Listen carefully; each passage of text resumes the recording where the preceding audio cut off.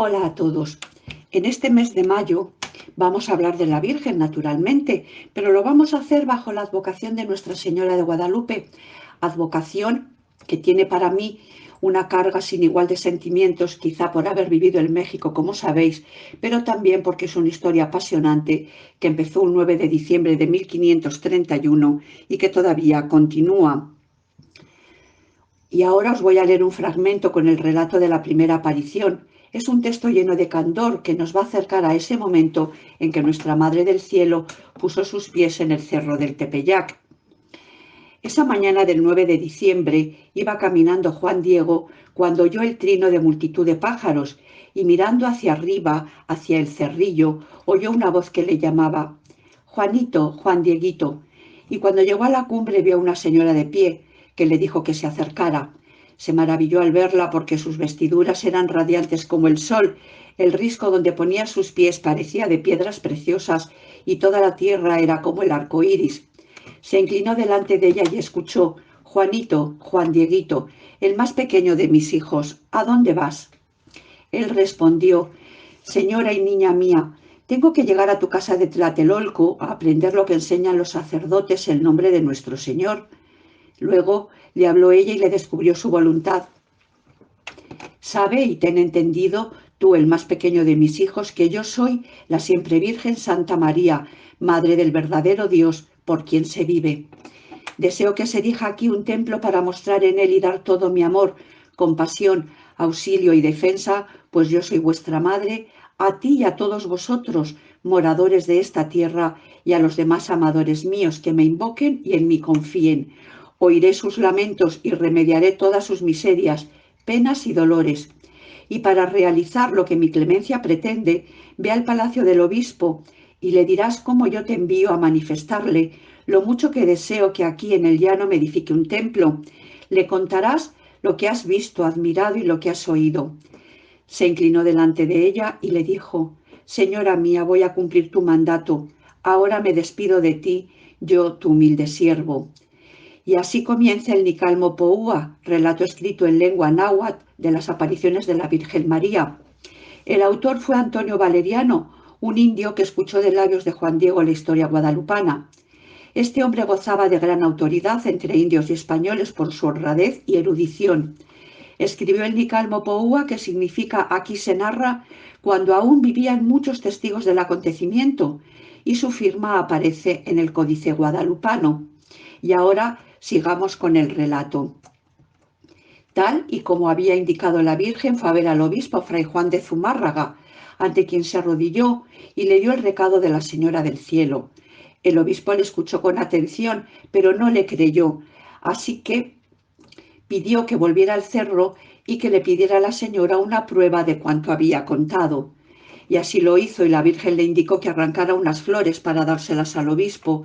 Era un lugar inhóspito donde nada crecía, pero Juan Diego encontró ahí una multitud de rosas que recogió en su tilma. La tilma es una especie de capa o poncho hecha de fibra vegetal que llevaban los indígenas anudada en un hombro. Nuevamente frente al obispo soltó la tilma y cayeron las rosas ante el asombro de los presentes, porque en diciembre no hay ese tipo de flores, pero admirándose mucho más al ver la imagen de la Virgen impresa en ella.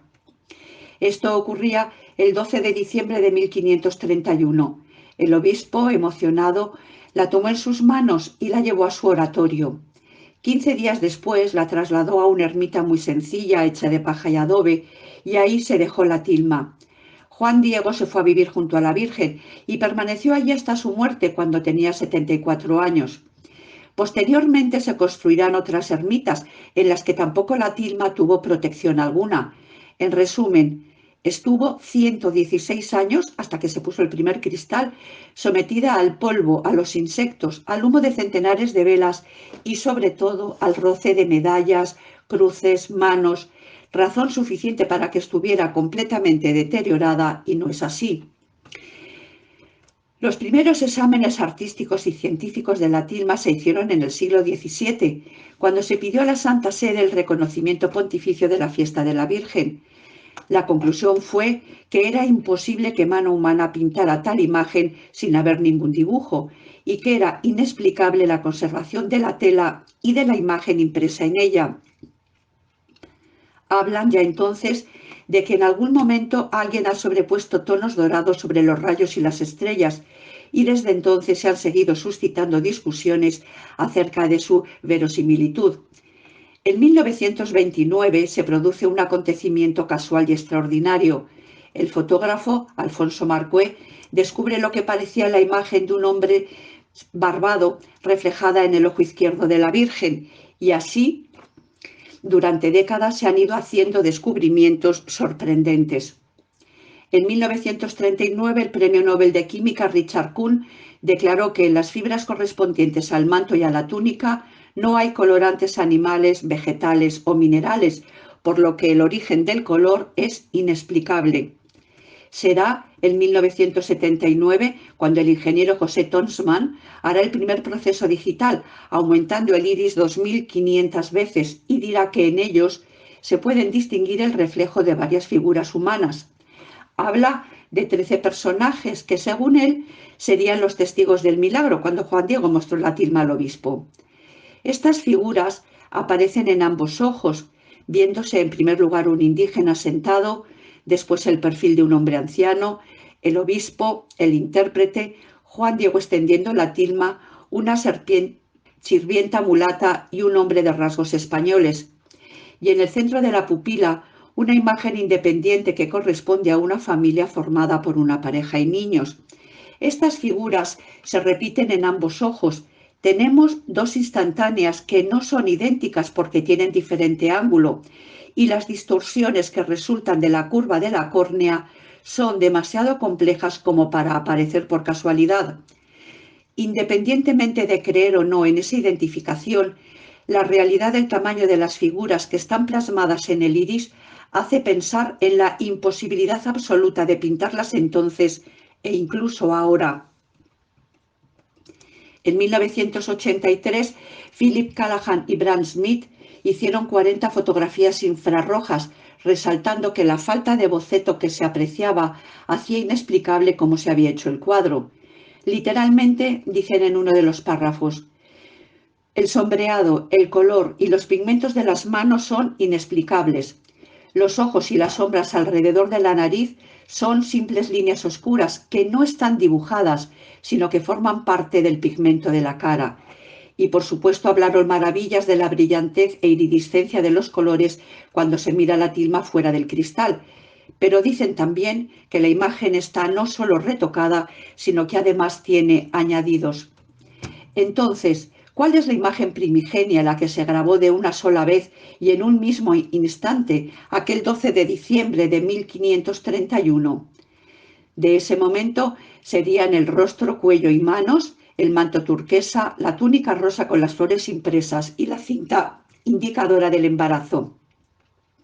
Los rayos, como ya dijeron en el informe del siglo XVII, estaban, pero fueron retocados con oro y las estrellas del manto también. Y en ella se descubrió algo fantástico, y es que están en su totalidad y en su sitio las 46 estrellas más brillantes que iluminan el Valle de México. ¿Y cuáles son los añadidos? Son el borde del manto, el armiño de las mangas, el ángel y la luna, el broche y el espacio nuboso que rodea la imagen. Y ahora hablemos de la Virgen. Mirad, la imagen que aparece en la tilma es la de una joven mestiza embarazada que está en actitud orante. La figura mide alrededor de 1,42 y corresponde al tamaño natural. Lleva una túnica rosa y un manto azul cargado de estrellas. Con la cabeza ladeada hacia su derecha es como si aún estuviera oyendo las tiernas quejas de Juan Diego o las nuestras. Al contemplar la imagen llena de inocencia y candor, se podría pensar en otras imágenes de la Virgen, pero esta tiene algo que te hace pensar en la verdad de su presencia. Acercarnos a esta imagen con el deseo de ver únicamente una serie de prodigios sería algo muy triste, porque triste es maravillarse de algo que no podemos explicarnos y olvidarnos de aquella que con su presencia lo explica todo. Ella es para mí la que cada mañana escucha mis plegarias, mis quehaceres, mis quejas. Sentada en la escalera la miro y la convierto en paño de lágrimas en mis disgustos y en mis decepciones. Ella es la luz de mi fe, mi esperanza cierta, la caricia de mi corazón y mi quitamiedos. Es, sobre todo, la causa de mi alegría, la razón de mi optimismo y la que me impulsa a tener confianza en ese momento en el que cerraré esta puerta y abriré la otra, la que conduce a ese lugar de amor, verdad y belleza en el que reina. Y en los malos momentos pienso en las palabras que le dijo a Juan Diego. No te aflijas, no sabes que estás en mi regazo, no estoy yo aquí, que soy tu madre. Y de nuevo comienza todo, como si nada hubiera pasado.